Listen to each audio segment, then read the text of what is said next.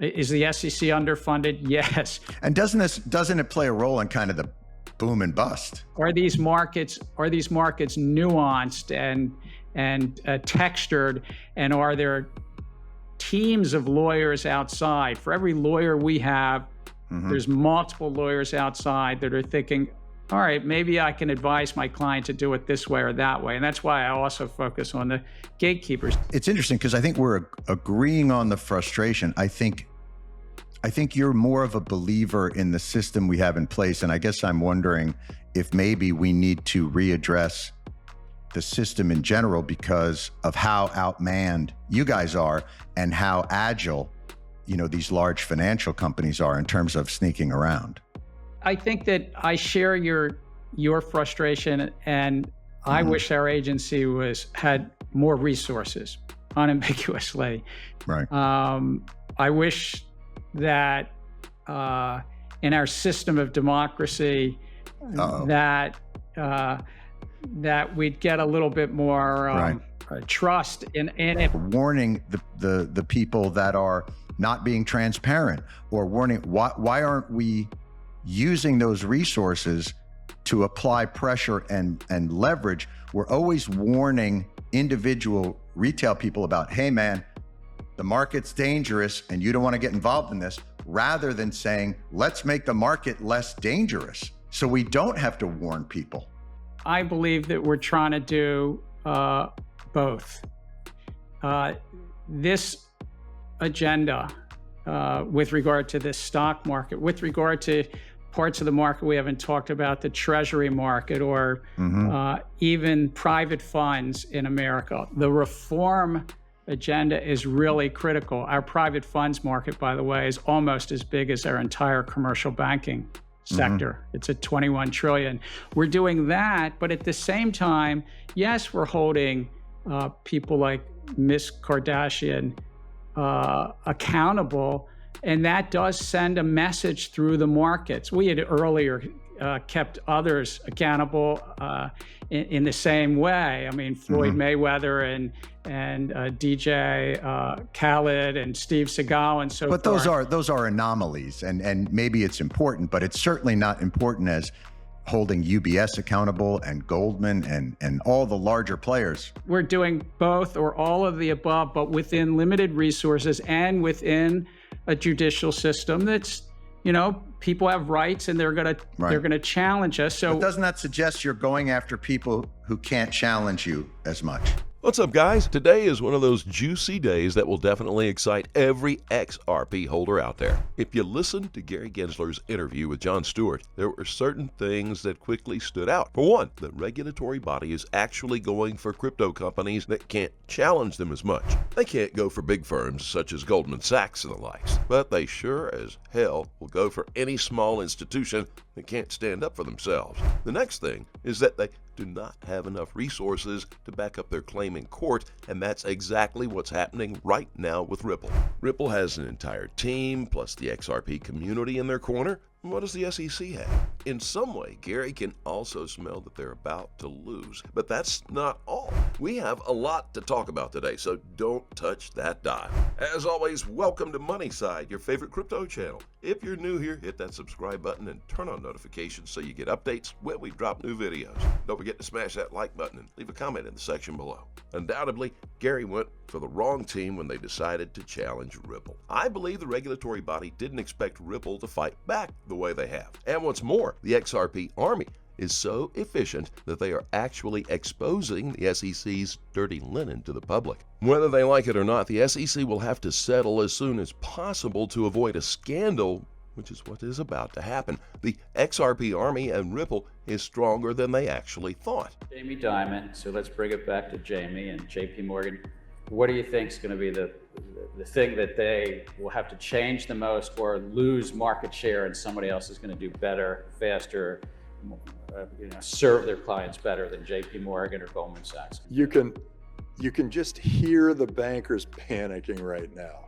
But what feel the panic in their voices.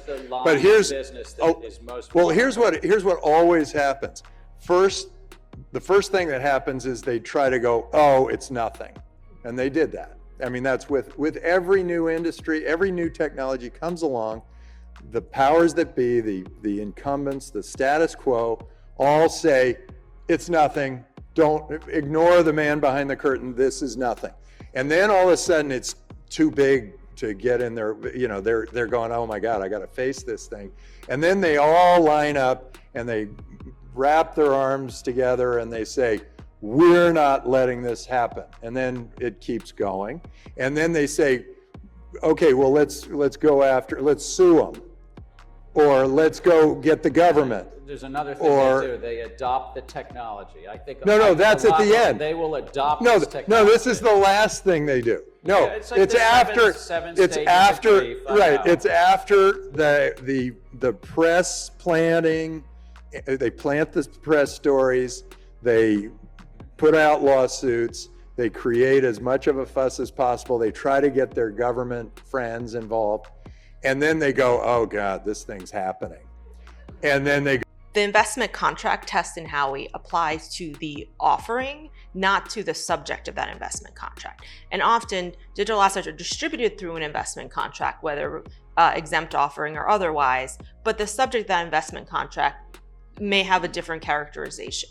Then the brief discusses how there is no case law, there is no precedent as to what law applies to the subject of that investment contract, similar to what was set forth in the Telegram brief and also what the judge in the Telegram decision said, that digital assets that reside on a blockchain are simply technology and code. The investment contract is formed with certain undertakings and promises and offerings that are made under an investment contract where that digital asset, under which that digital asset is offered.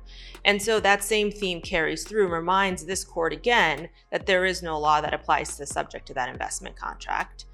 And this case is primarily, it is exclusively about initial offerings or whether or not Ripple had initial offering of unregistered securities.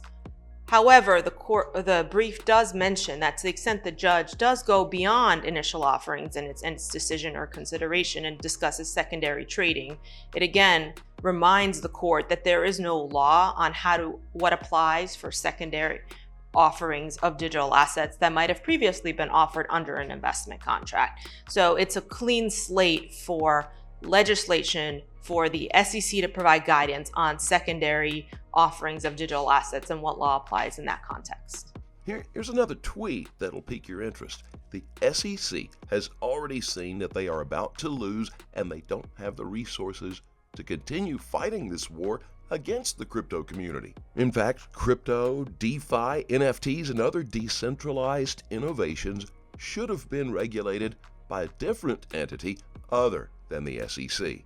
Very simple, common sense, move the needle type stuff that could help, I think, the entire country without throwing out this entirely new innovative sector where DeFi, NFTs, some of these other alternative blockchains, other distributed networks, they're less than 2 years old, right? So the conversation that we're having right now, if you want to go back to the 90s, is Bill Gates spent a lot of time down here. Microsoft spent a lot of time down here in the 90s. Would we have been better off as a country, would the world have been better off if Microsoft was the one that was dictating policy? And that was ultimately the only game in town. You had to go to Congress or you had to go to a regulator to get permission to innovate in some of these areas. And what you'll hear is pushback sometimes, which I want to refute, is, well, if you don't have oversight over the DeFi markets or you leave this, that, and the other loophole, it's just going to be a game of regulatory whack-a-mole. And that's why we have to get the definitions right and have full oversight of these systems. The problem is that the regulators today are not playing regulatory whack-a-mole. They're full-on Bill Murray Caddyshack blowing up the golf course. And ultimately, that's going to be the difference between the US leading in finance and tech for the next couple decades or us falling behind. If you listen to this interview carefully, you'll notice that that's what the crypto community wants from the SEC. And fortunately, the SEC is too stubborn to actually follow this type of thinking. Gensler, instead of finding ways to help the community embrace new tech, is actually scaring the general public from cryptos and other investment opportunities. And that's what he did by talking about Kim Kardashian's case way before seeking legal advice. What he said generally suggests that the whole crypto community is a fraud. and that he has been quoted more than once stating that cryptos are securities and should be regulated. How do we expect this guy to be fair to the crypto community while he doesn't even know the difference between securities and non-securities? The effects of his actions will be felt in so many years to come. But I'm sure Gensler didn't think Ripple would fight back. And that's the win we all need in the crypto community. And always trade safely, guys. Please keep in mind we're not a licensed financial advisor. All videos on this channel are intended for entertainment purposes only. You can always let us know what you think in the comment section below, and let's have a conversation. Thank you so very much for watching. Don't forget to like this video, and please click on that subscribe button below and turn on notifications so you get informed whenever we post our amazing content. We'll look forward to seeing you on the next Money Side.